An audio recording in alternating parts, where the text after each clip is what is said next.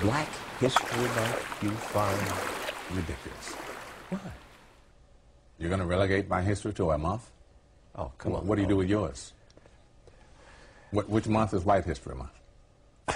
No, well, come on, tell me. Well, I'm Jewish. Okay, which month is Jewish History Month? There isn't one. Oh, why not? Yeah. Do you want one? No. I don't either. I don't want a Black History Month. Black history is American history. How are we going to get rid of racism until... Stop talking about it. And right now, we are in a society where we can't have a conversation because no one's willing to listen. People are just shouting. People are just shouting. People are walking down the street, hashtagging everything. Recently stirring controversy on Fox Sports when he said he personally doesn't see racism because so many of his fans are white. I thought that was clearly a message that there was no such thing as racism. There was a lot of backlash from people about that. Would you change it, what you said, or No, you still not feel at the same way? What's your thought on Black Lives Matter? What is it? What do you mean? The idea was that there's this movement called Black Lives Matter, thinking that the rest of America didn't seem to understand that Black Lives Matter. It just sounds weird. I don't know that you put a name on. It's not a name. It's not whatever. It's somebody got shot by police and for up reason. I am a young, black, rich. If that don't let you know that America understands Black matter these days, I don't know what it is. Don't come at me with that dumb man. But we know for a fact that so many talented African Americans who don't achieve their goals, or they're prevented or deprived from achieving their big dreams because of their skin color. I'll give you an example, Globetrotters. They were much better basket players than the white guys, but they were not allowed to play in the big league. Mm-hmm. Don't you think it is the problem is the racial discrimination? The right word is not is, was. Was. And that's not the only problem. That's one of the problems. Now, you can make it the only one if you'd like, but it's not the only one. But that's a fact. That's a fact. They couldn't play basketball in the NBA. Well, their grandfathers couldn't walk on the sidewalk, or they were slaves. So each generation is trying to do better for the next generation. Do you think that race plays a part in wealth distribution, or either a mindset that you can't or Today? cannot? Yeah. No. You don't? No, I don't. Hey, you and I, we're proof. Why would race have anything to do with it? Put your mind to what you want to do and go for that. It's kind of like religion to me. It's a good excuse for not getting there. Yeah.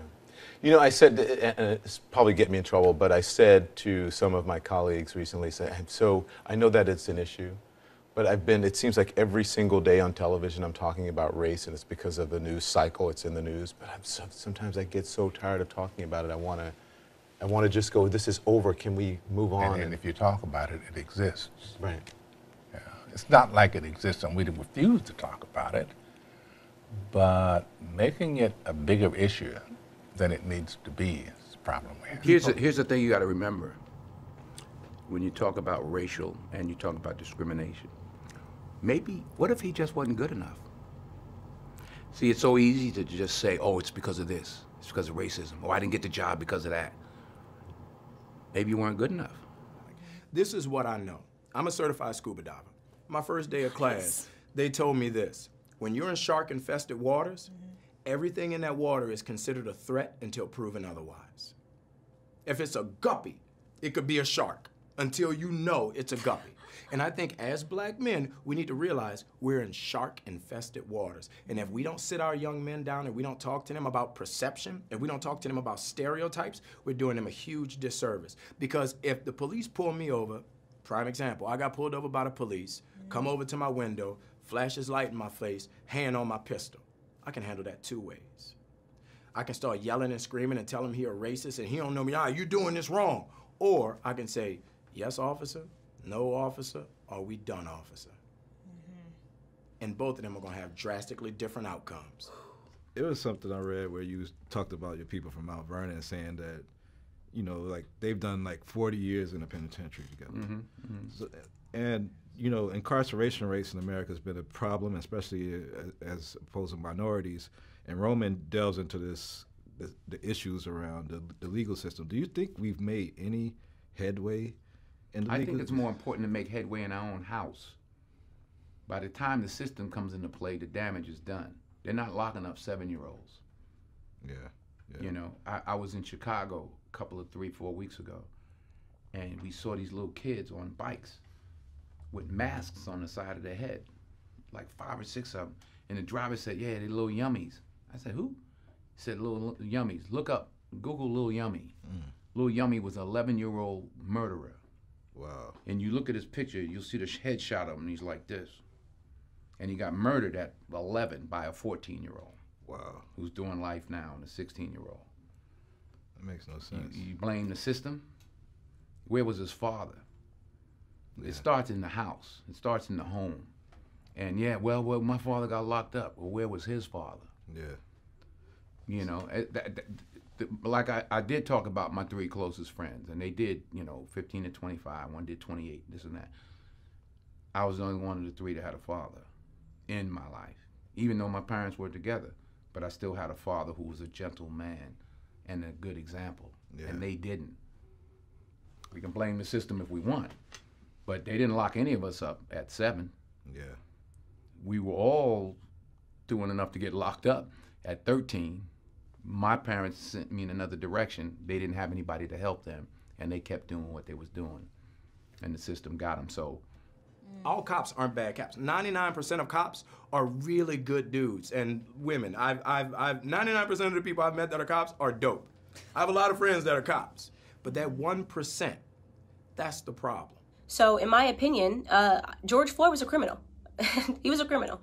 And just because he was a criminal doesn't mean he deserved to die at the knee of a police officer. But it does mean that I am not going to play a part of the broken black culture that always wants to martyr criminals, who wants to pretend they were these upstanding human beings that just wanted to help society, that just wanted to reach out and uplift society. And he has a rap sheet that is long, that is dangerous. He was an example of a violent criminal his entire life. Okay, up until the very last moment. Now, again, I want to be clear. This is not a defense for Derek Chauvin. No one that I have spoken to, no one in the news is defending Derek Chauvin. He is getting what he has coming to him. Okay, great. But why are we pretending that this criminal should be upheld as a citizen, as a martyr in Black America? A martyr for a fake narrative, by the way. Police brutality, racially motivated police brutality is a myth.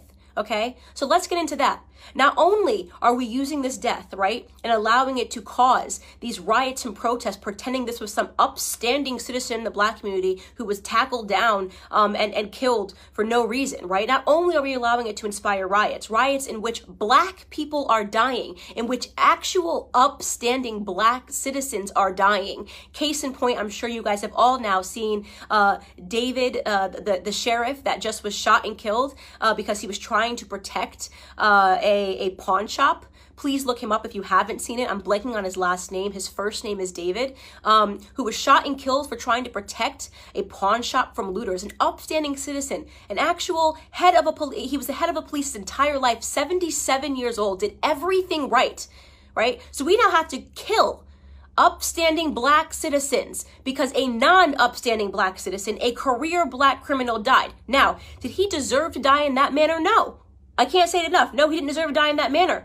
But I will be damned if the rest of us upstanding Black citizens have to suffer because of this incident that rarely ever happens in America. So here are some numbers for you people that are still believing that police brutality is a real, racially motivated police brutality is a real thing. First and foremost, okay, you have a 25% higher chance as a violent white criminal of dying at the hands of a police officer than you do as a Black criminal. You said was. You mean, is it better now? An African American doesn't face these obstacles? We're sitting in the Four Seasons talking about a movie. We wouldn't be doing this in 1957 unless my name was Poitier. There was only one person then. But yeah, so things are better, no question.